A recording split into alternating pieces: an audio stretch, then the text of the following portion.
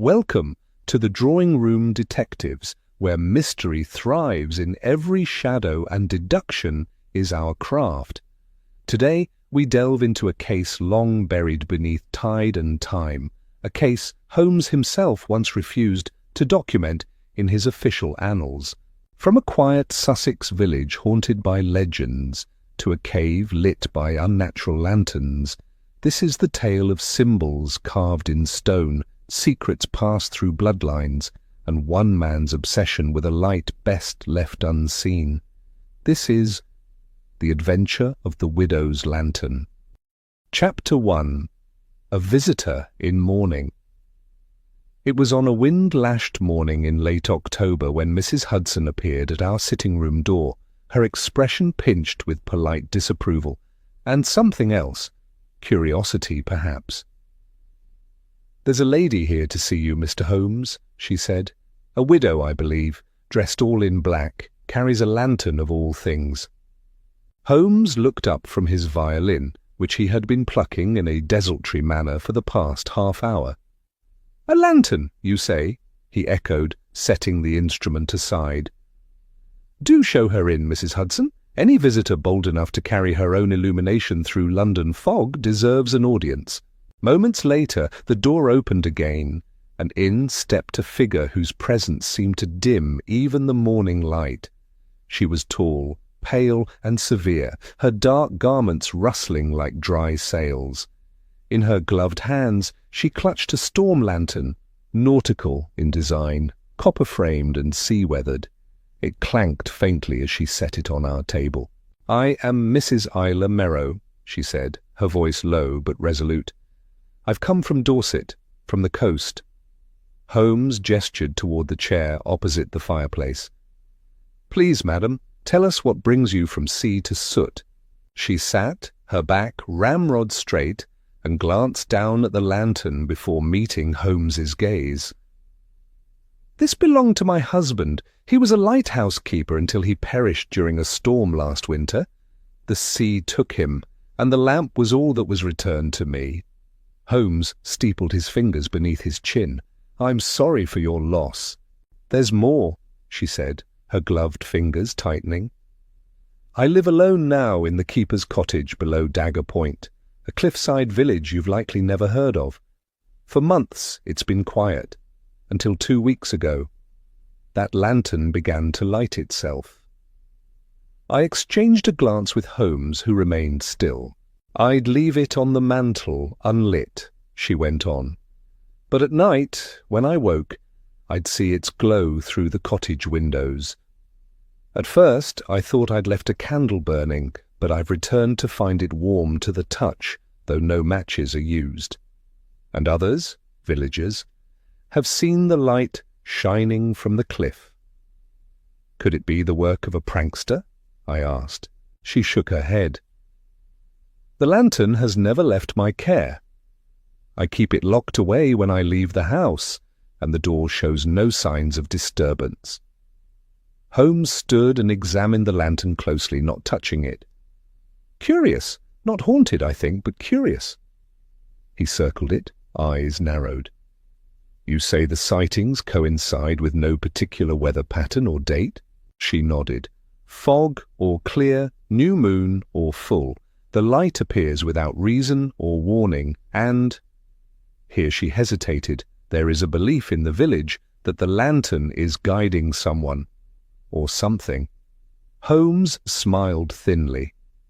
"Superstition is often a veil for human intention, and intentions are my business, Mrs. Merrow." "I thought as much," she said. "I've read of your work. I trust you'll come." Holmes glanced toward the window where the fog pressed like the sea itself. "Dagger Point, you say? I've long wanted to see the southern cliffs in the off-season. Mr. Watson and I shall take the morning train." As she stood to leave, Holmes gestured toward the lantern. "Leave that with me. If it chooses to glow here, I'd like to be present." She left us with a rustle of black fabric and a faint scent of salt air. When the door closed behind her, Holmes turned to me with a gleam in his eye. A widow, a self-illuminating lamp, and a remote cottage by the sea.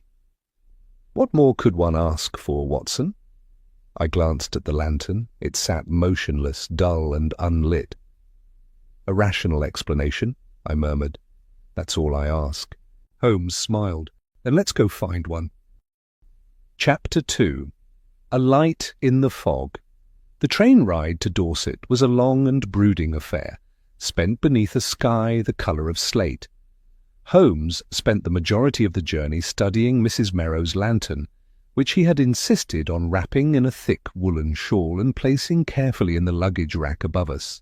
He examined it periodically with his magnifying glass, muttering now and then, tapping gently at the metal casing as though coaxing it to confess. "Do you detect some mechanical trick?" I asked, as the fields gave way to marshes and the sea began to scent the wind. "Nothing yet," Holmes replied without looking up. "No clockwork, no ignition mechanism, no trace of phosphorus. Curious. Then perhaps it is, as the widow fears, a haunting?" He gave me a look that was at once amused and pitying. "Watson, the dead have no need of lanterns." We arrived at the village of Dagger Point just before twilight. It was a wind-bitten place of low stone houses and crooked lanes, perched atop cliffs that seemed to lean eternally into the sea. The air was thick with salt and gull cries, and a faint mist hung above the ground like breath held too long. Mrs. Merrow was waiting at the station in a small trap, drawn by a mule with one lazy eye. She had changed into a dark green travelling coat, but her face remained pale and unreadable. "The fog rolls in quickly here," she said by way of greeting. "We should hurry." The ride to her cottage took us past the old lighthouse, no longer operational, its fire long extinguished, and down a steep coastal road that curled like a snake along the cliffs. The path was treacherous, and several times the mule balked at unseen dips in the road. "People don't come this way after dark," Mrs. Merrow said softly. "That's usually when the most interesting things happen," Holmes replied. Her cottage stood alone at the base of a rocky bluff, its chimney leaning slightly as if tired of the sea wind. It was sturdy, built of stone, and surrounded by waist-high dry grass that hissed in the breeze. From the moment we entered, I was struck by the interior's simplicity: wooden floors scrubbed clean, modest furnishings, a fire struggling in the hearth, and on the mantel above it a vacant hook. "That's where the lantern usually rests," she said. "But you have it, of course." Holmes placed the lantern on the mantelpiece and stepped back, observing it as though expecting it to leap into action. "Does anyone else have a key to this cottage?" he asked. "No," she replied. "I live alone. My husband died nearly a year ago, swept off the rocks during a storm." "Recovered?" "No," she said, her eyes darkening. "His body was never found." Holmes's expression flickered, just briefly, and I could tell he had filed that detail away. We spent the evening in observation. Holmes declined supper, instead prowling the small cottage like a cat, tapping floorboards, checking for drafts, and pausing often to gaze through the windows out to sea. The fog thickened quickly, swallowing the cliffs, until only the howl of distant surf marked the edge of the world. It was just past midnight when Mrs. Merrow, retiring to her room upstairs, called down to us in a whisper. "The light is back." Holmes sprang from his chair. We followed her gaze through the bedroom window, and I swear my breath caught. Out on the headland, perhaps 30 yards from the cottage, hovered a pinprick of light, not flickering like a lantern in hand, but steady, unwavering, and unnatural in its stillness. It gleamed like a star misplaced from the sky, standing alone in the mist. Holmes grabbed his coat and turned to me. "Stay here and keep watch from this window. If the light moves, shout." He vanished into the fog like a shadow unfastened from its owner. I stood by the window, heart pounding, watching that cold little light through the mist. Minutes passed. The house was silent. Then, without warning, the light blinked out. A shout rang through the fog, Holmes's voice, sharp and urgent. I grabbed my coat and rushed outside, calling his name, but the fog was a wall. I could barely see my own feet. Somewhere ahead, footsteps scraped across stone, and then silence. At last, a shape emerged. Holmes, brushing himself off, a shallow cut across his cheek. "Are you hurt?" I asked, rushing forward. "Only my pride," he muttered. "The path beneath the bluff has been deliberately loosened." I fell halfway into a gully before I found my footing. "I think," Holmes said, his breath still ragged, "that someone very much alive is using the sea's reputation for ghosts to frighten people away." And though the lantern on the mantel never flickered that night, I couldn't shake the feeling that someone had been watching from the cliffs. Chapter 3: The Village Whispers. Morning came slowly to Dagger Point, dragged in beneath a grey sky and delivered on the wings of damp, salt air.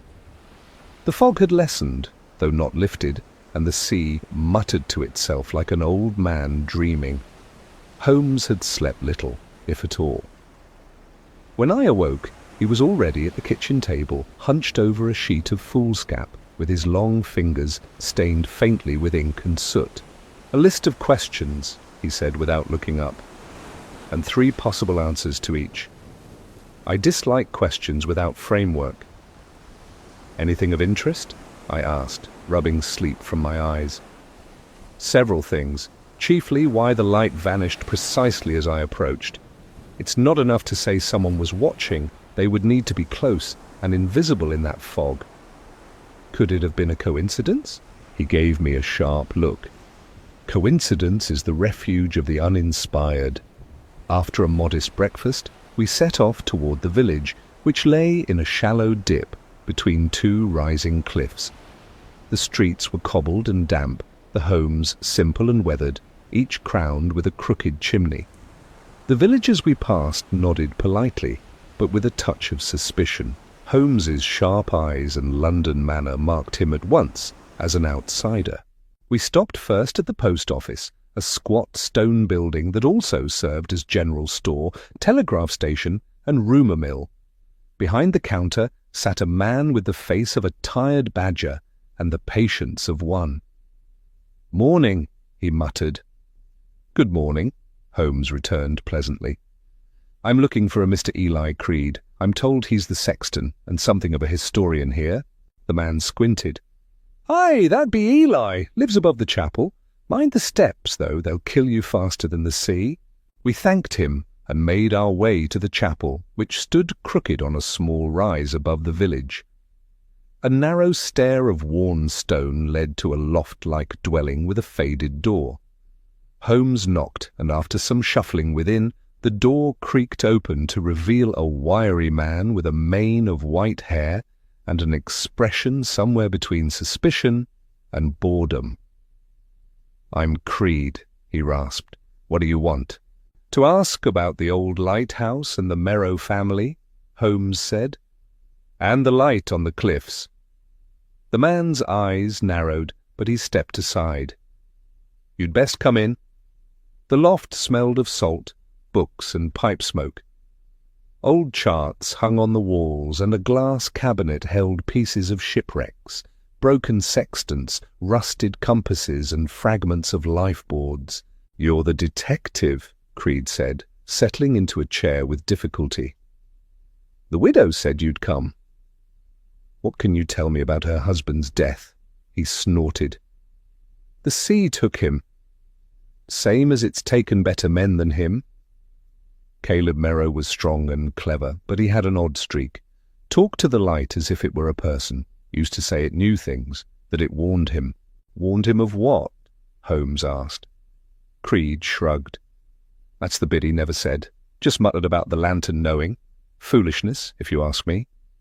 Holmes tapped his chin thoughtfully. "And these sightings, have you seen the light yourself?"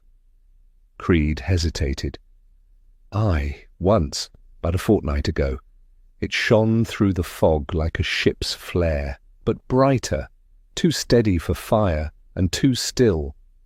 And it moved, Mr. Holmes, like a man holding it, except no man was visible, just the light. Then it vanished, poof, like it walked off the edge of the world. There was silence for a moment.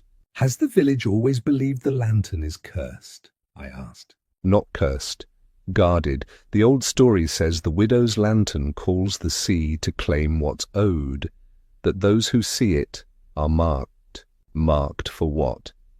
He didn't answer. On the way back, Holmes was quiet, his brow furrowed. "What are you thinking?" I asked.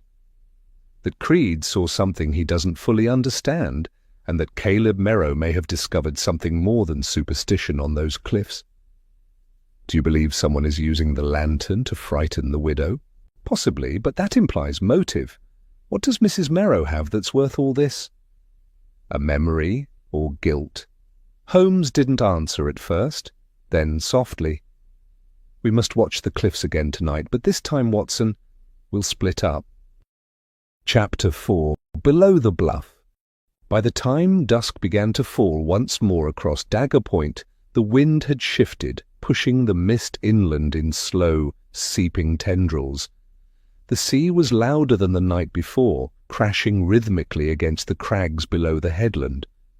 Holmes had been uncharacteristically silent for much of the afternoon, seated beside the window with his long fingers steepled and his gaze fixed beyond the hills.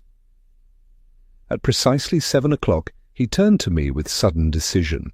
"Tonight, Watson, we must divide our efforts.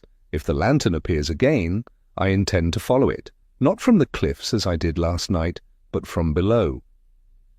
"Below?" I echoed. "The tide will be low just before midnight," he replied, already fastening his boots. "There's a path, largely forgotten, that cuts along the underside of the bluff.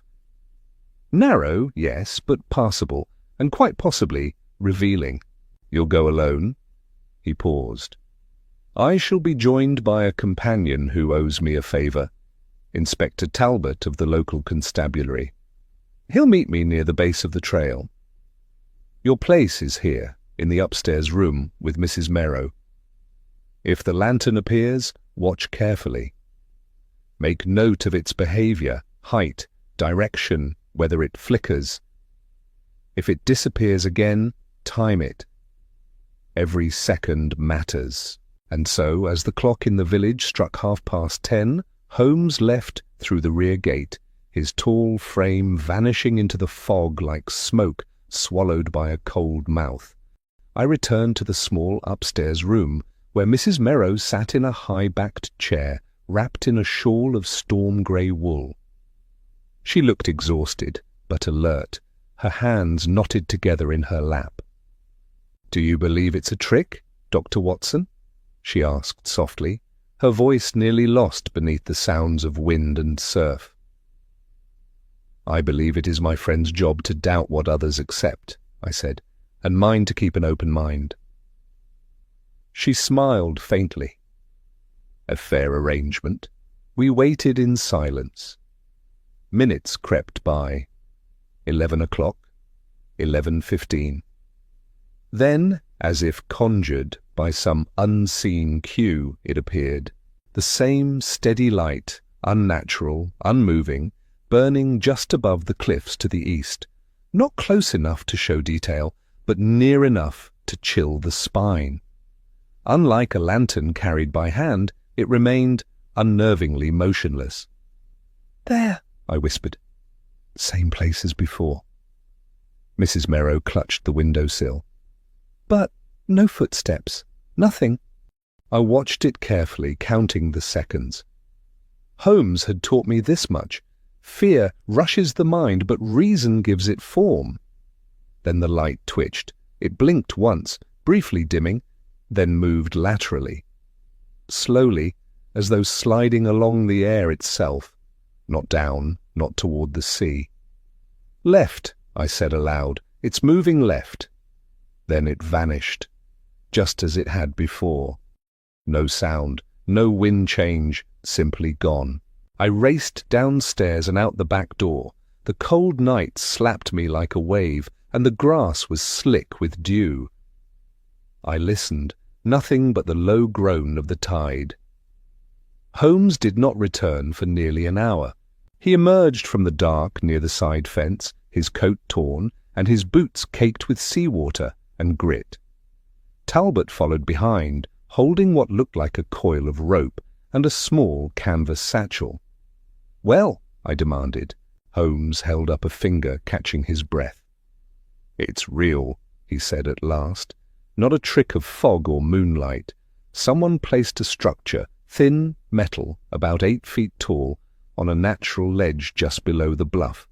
A pivoted arm was used to extend the lantern from the cliffside so that it would appear to float." "An illusion?" I said. "A very good one," Holmes replied, "but not supernatural." Talbot stepped forward. "We found tracks on the lower path. Someone's been accessing it from the western side of the bluff. Clever too. Hidden behind a bramble thicket and marked with only 2 stones." "Why go to such trouble?" I asked. Holmes looked at Mrs. Merrow, who had stepped out onto the porch with a candle in her hand. "Because," he said, "someone is trying to frighten you into leaving this place, and given how elaborate their methods are, they're growing desperate." He turned back to me, his eyes sharp as flint. "Tomorrow, Watson, we visit the solicitor who handled Caleb Merrow's affairs. I want to know what's buried deeper than just a husband lost to the sea."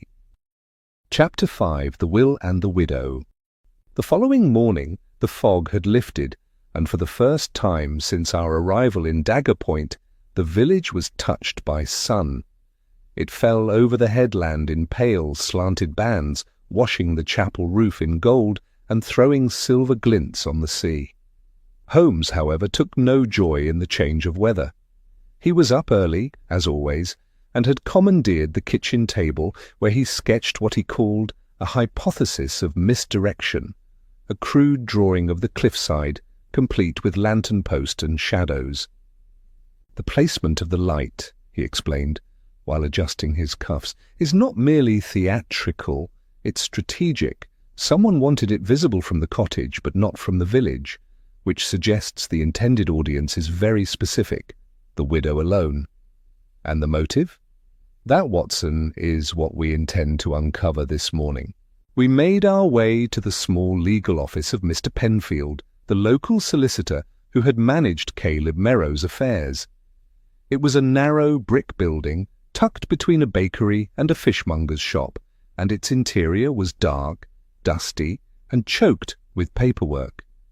The man himself was tall, reed-thin, and wore spectacles that magnified his eyes to unnatural proportions. "You are here regarding the Merrow estate," he said without preamble. "I'd heard of your arrival." Holmes nodded. "Then perhaps you'll confirm something. Is the property still in dispute?" Mr. Penfield raised a brow. "No dispute, per se. The property was left to Mrs. Merrow, as expected. However, the deed has complexities." "Go on," Holmes urged. "Caleb Merrow inherited the house and land from his uncle, a reclusive man named Jonathan Merrow. Old Jonathan placed conditions upon the property, namely, that it never be sold, only passed down through blood or by marriage. If those conditions aren't met, the estate reverts to a trust held by a private entity known as Hargreaves and Blythe Holdings." "Interesting," Holmes murmured. "And has there been any attempt to challenge the widow's claim?" Mr. Penfield adjusted his glasses. "Not formally. However, I did receive an anonymous letter last week requesting a review of the deed. Claimed Mrs. Merrow was mentally unfit to manage the estate due to grief and instability." Holmes and I exchanged glances. "Was the letter signed?" I asked. "No, but it was typed and, curiously, the phrasing was clinical." "May we see it?" Holmes asked. Penfield retrieved a small file folder from a cabinet and handed it over. Holmes read the letter twice, frowning more deeply with each pass. Then he folded it precisely and slipped it into his coat. "A mimic," he said at last, more to himself than to us. Pardon? Penfield asked. Someone who imitates, someone who understands deduction but applies it to manipulation, a dangerous combination. Back at the cottage, Holmes laid the letter beside the one we had received upon our arrival, the one predicting the museum theft. The resemblance was uncanny. Same style, same clipped phrasing, even similar spacing between lines. This isn't just a taunt, Holmes said. It's a pattern. This person studies me, my methods, my logic, and now they're applying it to a very personal objective. You believe the person behind the letter is the same one who created the lantern illusion? I asked. I do. And more than that, I believe they've been planning this for some time. Just then, Mrs. Merrow entered the room, holding a weathered tin box. This arrived for Caleb the week before he died, she said, offering it to Holmes. He never opened it. I found it beneath the floorboards of his study after the funeral. I didn't want to look inside alone. Holmes took the box carefully and opened the lid. Inside were 3 items, an old nautical chart, a small brass key, and a folded letter addressed to Caleb. He opened the letter. As he read, his face darkened. What is it? I asked. Holmes handed it to me without a word. The letter was scrawled in jagged ink, and it read, You've come too close, Caleb. The lantern was never yours to guard. Return the journal, or follow the others into the sea. There are depths below even you can't fathom. No name, no signature. Holmes stood, eyes fixed on the window, where the sea gleamed coldly in the light. Watson, he said, I believe someone is hunting secrets hidden not just in this house, but beneath it. Chapter 6. What Lies Below. There is a particular sharpness to seaside air at midnight. It cuts past clothing and skin and seems to settle in the very bones. That was the cold we stepped into as Holmes, Mrs. Merrow and I descended into the cellar below the cottage, guided only by a storm lantern and the clink of the brass key in Holmes's coat pocket. The door beneath the stairs had always been there, Mrs. Merrow said, but she had never found a key that fitted until now. The brass key, as it turned out, belonged to a small iron door tucked behind crates of long-forgotten preserves and fishing gear. Holmes swept aside the cobwebs, slid the key into the rusted lock, and turned. The bolt gave way with a reluctant groan. Beyond it, darkness. Cold, unmoving air drifted up from the black. Holmes lit a second lantern, handed it to me, and stepped inside. We followed a narrow, stone-lined passage that sloped downward, deeper than the foundation of any house had right to go. Sea-worn steps descended in a spiral, slick with damp, the sound of our boots echoing in quiet, eerie delay. I believe we are beneath the cliff itself, Holmes whispered.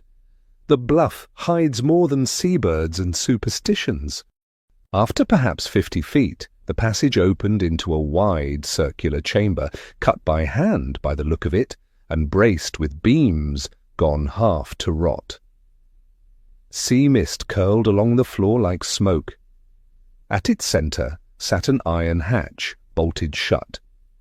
Beside it lay a wooden crate, cracked but intact. Holmes moved quickly to the crate. He pried open the lid, revealing a collection of journals and maps, all bundled in oilskin. Caleb's handwriting, Mrs. Merrow whispered, kneeling beside it. These are his research notes.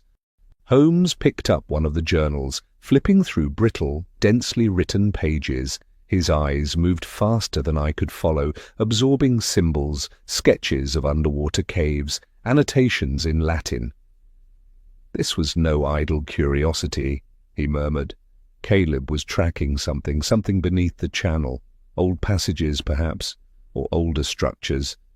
Mrs. Merrow paled.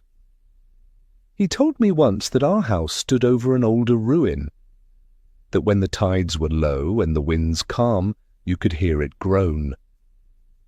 Holmes tapped the iron hatch with his cane. "This is no storm drain. It's an entrance, likely to a smuggler's tunnel, or something they repurposed from deeper times, and someone didn't want Caleb opening it." He stood and turned toward me. "The letter we read, return the journal or follow the others into the sea, it wasn't metaphor. I believe more than one person has come too close to whatever secret this place holds." Suddenly from the dark behind us, footsteps. Holmes extinguished the lantern in a heartbeat. We stood still, breath held. The echo grew louder, descending the same path we had taken. A shadow moved against the pale edge of the tunnel, slow, deliberate. Holmes motioned for silence. The figure stepped into view. It was Inspector Talbot. "Thank God," he whispered. "I've been looking for you." "There's been a break-in at the solicitor's office. Penfield was struck over the head. He's alive, but barely. And this was taken from his desk."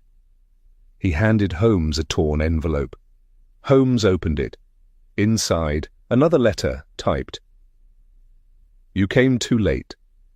The past cannot stay buried. Let the widow go, and this ends. Dig deeper, and you join the drowned." The signature was chilling. Just a single character. "M," he said under his breath. "A monogram, or perhaps an initial familiar to more than one of my cases." I turned to him. "Do you think this connects to your other investigations?" His eyes were sharp now, not with excitement, but with understanding. "No, Watson, this one is different. This one is personal." Chapter 7. A Name from the Past. We returned to the cottage in silence, the lantern light bobbing like a ship's lamp on stormy water. The journals remained with Holmes, cradled tightly in his arms like a precious burden. Mrs. Merrow walked beside us, pale and shaken. Behind us, Inspector Talbot followed with an eye to every shadow, one hand never far from his revolver. Back inside, Holmes cleared the table in the sitting room and spread out the oilskin-wrapped contents of Caleb's journal crate. It smelled of seawater and old wood. With delicate precision, he arranged several maps, a few loose letters, and 3 volumes, each handwritten in Caleb Merrow's fastidious scrawl. The first volume bore a title in ink. Observations Beneath Dagger Point, Journal 1. Holmes opened it and began to read aloud, the room utterly silent. August 2nd, I followed the fault line down to the 3rd tier. The stones are older than the chapel and bear symbols similar to those described in the 1829 expedition log from Sussex. If I am correct, these may predate even Roman occupation. He flipped pages rapidly, scanning, murmuring. August 19th, the whispers continue. Only near the 3rd gate. It is likely acoustic, cave resonance, nothing more. Another page. September 3rd, I received a letter today, unsigned, warning me to abandon my search. Claimed I had disturbed the drowned covenant. I burned it. There are too many cowards in this town. Holmes looked up. Caleb wasn't just poking at local legend. He was uncovering something, and someone feared what he might find. I nodded slowly. "And that someone left the lantern as a warning?" "Yes," Holmes replied. "But not just to frighten, to isolate, to drive the widow into madness or submission, so the land and whatever secrets lie beneath it could be claimed by someone else." Mrs. Merrow flinched. "They want the house?" "They want what's under it," Holmes said, tapping the map with a bony finger. "There are passages, flooded ones, that lead to caverns long sealed by landslide and silt. Caleb believed one of those caves held a relic, possibly more." Inspector Talbot frowned. "What kind of relic?" Holmes gave him a hard look. "The kind men kill for." There was a silence then, heavy and long.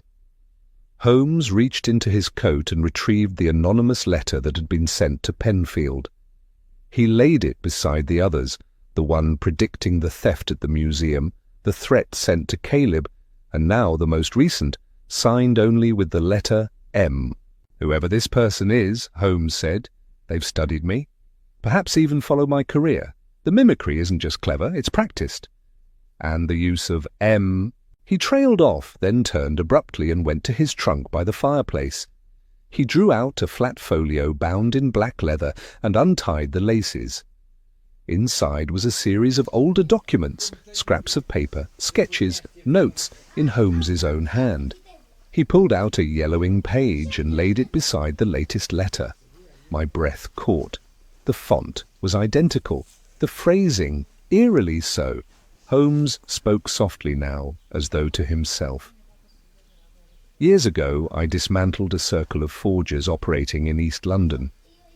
Among them was a youth, barely 16, but frighteningly adept at mimicry. Could imitate any handwriting, could replicate any pattern. He called himself Miles Varner, brilliant, unstable, vanished before the trial." Holmes paused, tapping the letter bearing the M. "I believe he's found a new stage for his illusions." Mrs. Merrow's eyes widened. "So? He's not a ghost? Not some sea spirit?" "No," Holmes said. "Far worse. He's a man who understands shadows and how to wear them like a cloak." Talbot stood. "Then let's bring him in." Holmes raised a hand. "We can't. Not yet. We need proof. And leverage. If Varner is here, he's hiding in plain sight. That means someone in the village is harboring him, or worse, working with him." A beat passed before Mrs. Merrow whispered, "There is one place Caleb never let me go, a shed behind the chapel. Said it was part of the old coast watch, locked always." Holmes stood. "Then that is where we go next." But just as he turned toward the door, there was a knock, a single, deliberate knock. We froze. Holmes approached and opened the door. There, under the dim glow of the porch lamp, stood a boy, no more than 12. Wind-blown and pale. He handed Holmes a folded slip of paper and then ran off into the night. Holmes opened the note. It read, "You see, don't you, Mr. Holmes? You've always seen. But seeing doesn't save you. Not when the sea is rising." There was no signature, just a crude sketch of a lantern hung from a noose. Chapter 8. The Watchman's Shed. The lantern sketch burned in Holmes's mind as much as it did in ours. He turned it over once more by the fireplace, fingers tightening as though he might crush the paper entirely. I knew that look, the sharpening edge of Holmes's fury. Not an anger of violence, but of clarity. Focus. He was closing in. "Watson," he said abruptly, "we go now. Mrs. Merrow, if you please, remain here with Inspector Talbot. Bar the door the moment we leave and speak to no one until we return." Without another word, Holmes was into his coat, and I followed. The wind had changed, blowing hard off the sea and carrying a strange warmth, like breath through cracked stone. We marched quickly through the night, our footsteps muted by fog. The chapel loomed ahead, its silhouette broken only by the old bell tower and the crooked iron cross atop it. Behind the chapel, among brambles and wind-blown ivy, sat the shed. It looked like nothing. A structure forgotten, smaller than a garden house, its door swollen by rain and bound in iron straps now red with rust. But when Holmes ran his hand along the lintel, he found it, a hidden groove, fresh, and just beneath it, a false knot in the wood, concealing a tiny mechanism. He pressed it. With a faint click, the lock gave. Inside the shed was not a shed. It was a descent. The wooden floor was only a hatch. Holmes flung it open, revealing a ladder that vanished into darkness. The air from below smelled of earth and something older, something untouched. Holmes lit his lantern. "He's been using this," he said softly. Down we went into a space carved directly beneath the chapel. The tunnel below wasn't like the cellar beneath Merrow House. This was older, much older. The walls were limestone, chipped by hand with tools that might have belonged to monks or smugglers or something more arcane. Strange, looping symbols had been scratched along the walls, some fresh, some impossibly ancient. After perhaps 30 yards, we emerged into a chamber lit by gaslight. A table stood at its centre, covered in photographs of Caleb Merrow, of Mrs. Merrow, of the cottage, of Holmes himself at Paddington Station, diagrams, maps, timelines. Holmes stepped closer and saw it then, a wall-sized board covered in lines of twine and pinned notes, stretching across months, possibly years. "This man," Holmes whispered, "has been watching me for quite some time." Then his eyes narrowed. A photograph hung dead center of the board, one I had never seen before. It showed Holmes on the deck of a ferry, taken at a distance but unmistakably him, head turned slightly toward the sea. Behind him, a figure blurred, almost ghost-like, in mid-step. Just enough detail to discern a coat, a shadowed face. I felt a chill. "He's been stalking you?" "Yes," Holmes replied, voice distant. "Or studying." I wonder now if this case began not with a stolen relic or a widow's lantern, but with a long-held obsession. He turned to a crate tucked into the corner, partially hidden by canvas. Inside were tools, pickaxes, chisels, vials of what looked to be formalin and ink. More strangely, there was an old diver's mask, cracked but functional, and a sealed journal marked with a symbol I did not recognize, a triangle within a circle surrounded by tiny dashes. Holmes opened the journal. Inside were sketches of submerged ruins, floor plans of cavernous vaults, and notes written in Varner's own hand. Holmes handed me the book. "This is no longer a criminal pursuit, Watson," he said grimly. "It is cultic. Varner believes something waits beneath the water, and he's been trying to reach it, or worse, awaken it." We heard it then. Faint, almost a vibration, a thudding noise from the tunnel behind us. Footsteps. Holmes doused the lantern. We moved to the shadows, waited. The footsteps came closer, then stopped. A voice echoed from the dark just beyond the tunnel mouth, calm, playful. "I told you, Mr. Holmes, seeing doesn't save you, but you've always been a curious man. Too curious." Silence. Then the same voice, closer now, almost at a whisper. "Would you like to see what Caleb found?" Holmes stepped forward, revealing himself.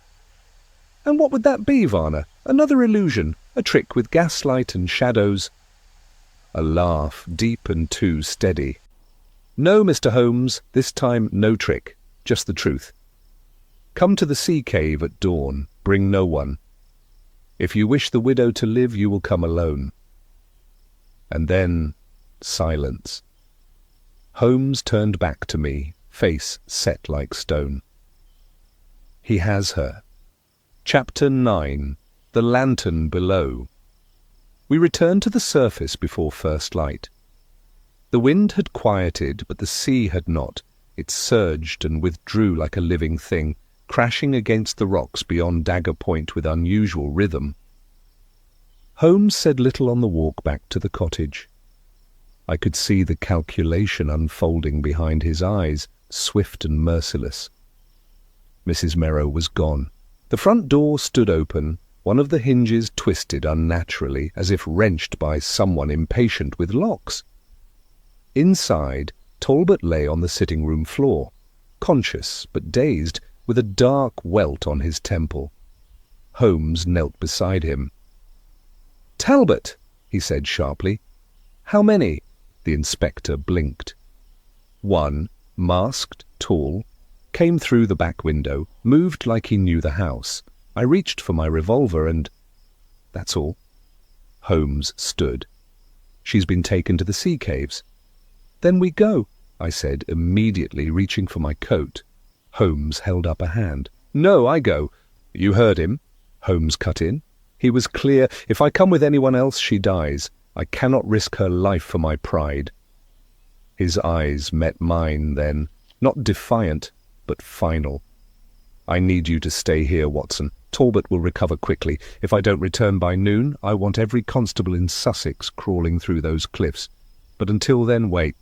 There was nothing more to be said. Holmes donned his coat, took only his walking stick and a slim pouch of tools. Before he stepped out the door, he turned to me and added, almost as an afterthought, "If he is what I believe he is, then he will not kill me quickly. He wants something else." The sea caves at Dagger Point were accessible only at low tide, when the water receded enough to reveal the narrow stone path along the cliffs. Holmes knew the way. He had studied the geography before leaving.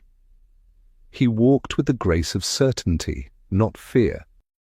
The mouth of the cavern yawned like a scar at the base of the cliffs, slick with moss, edges jagged like broken teeth. Holmes ducked inside and descended. The cave narrowed, the walls pulsing faintly with reflected seawater, and then light, lanterns, hung along the tunnel like offerings.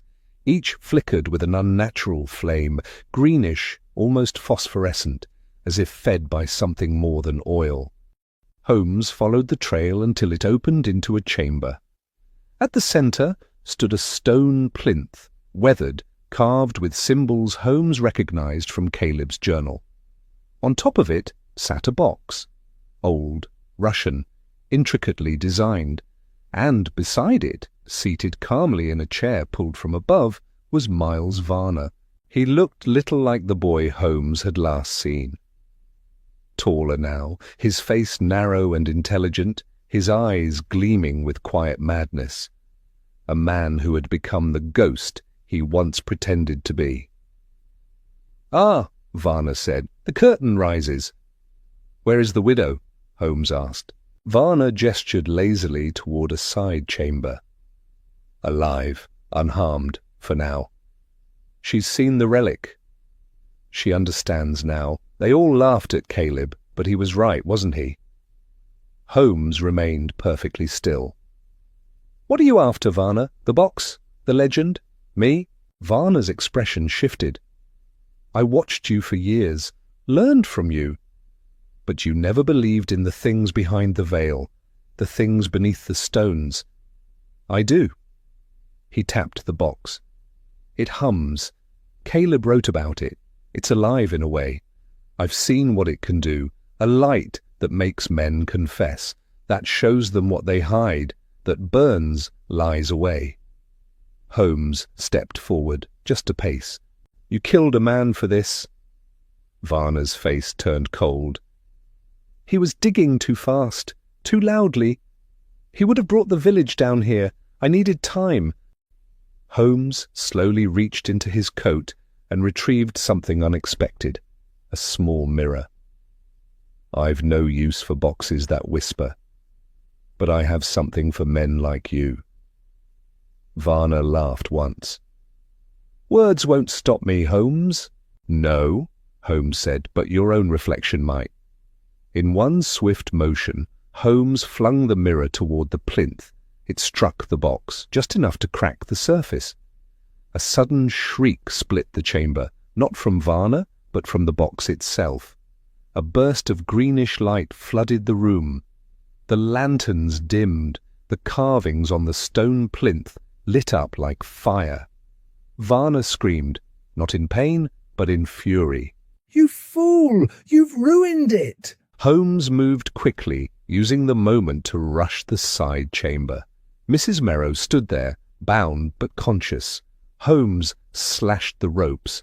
Behind them, Varner still howled, clutching the cracked box as water began to pour through unseen crevices.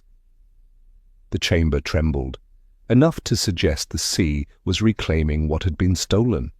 They barely escaped the tunnel as the tide surged in. By the time they reached the cliffs above, the cave had vanished beneath waves once more. And Varna with it. Back at the cottage, Inspector Talbot greeted their return with disbelief. "Did he die down there?" he asked. Holmes looked toward the sea. "Some men don't die in the usual way, Talbot. Some simply vanish until the next shadow is cast." Chapter 10.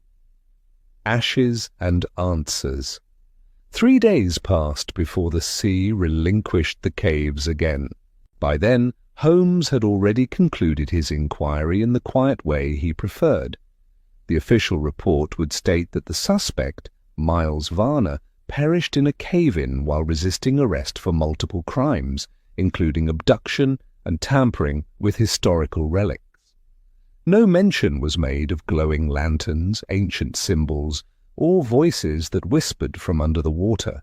Those truths, Holmes said, belonged in a darker sort of ledger. We remained in Hemsley just long enough to attend Caleb Merrow's burial. The body had been retrieved from the cottage cellar with care, and Holmes insisted the man be laid to rest properly beside his father on the chapel grounds. Mrs. Merrow, though shaken, stood with strength as the final prayers were said. I offered her my arm as we left the cemetery, but she turned and looked back, just once, at the shoreline. "Do you think he's really gone?" she asked Holmes quietly.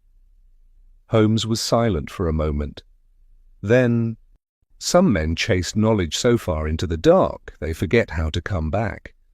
I doubt Varner ever truly intended to return." She nodded as if she already knew that. That evening, Holmes sat with the cracked Fabergé box on the desk at Baker Street. The relic had been recovered during the sea's retreat. It no longer hummed nor glowed. Its interior had been gutted, burned clean, as though whatever force had lived within had exhausted itself in a final scream. Holmes held it with surprising care. "It was never Russian," he said. "Not truly. Its design was mimicry, a shell to hide something far older, something placed in the chapel long before the Merrows ever arrived." I leaned forward. "But what was it?" Holmes exhaled through his nose, thoughtful. "A device, or perhaps a prison, for memory or madness, or both. Something worshipped or feared. Varner thought he could control it, but I believe he merely gave it room to stretch." He stood then and placed the relic in a small trunk, which he locked and slid beneath the floorboards. "That is where it will stay." We spoke little more of it that night. But as the fire dimmed and the city outside quieted, Holmes said something I have never forgotten. "It is not always the truth that matters most, Watson. Sometimes it is the silence that follows it." The widow never returned to Hemsley. She sold the property to a small trust that planned to preserve the chapel as a site of historical interest. She herself moved to Dorset under a new name.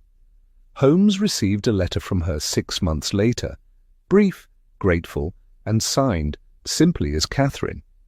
The lantern, once the symbol of something sacred, was never seen again. Only the waves remember now.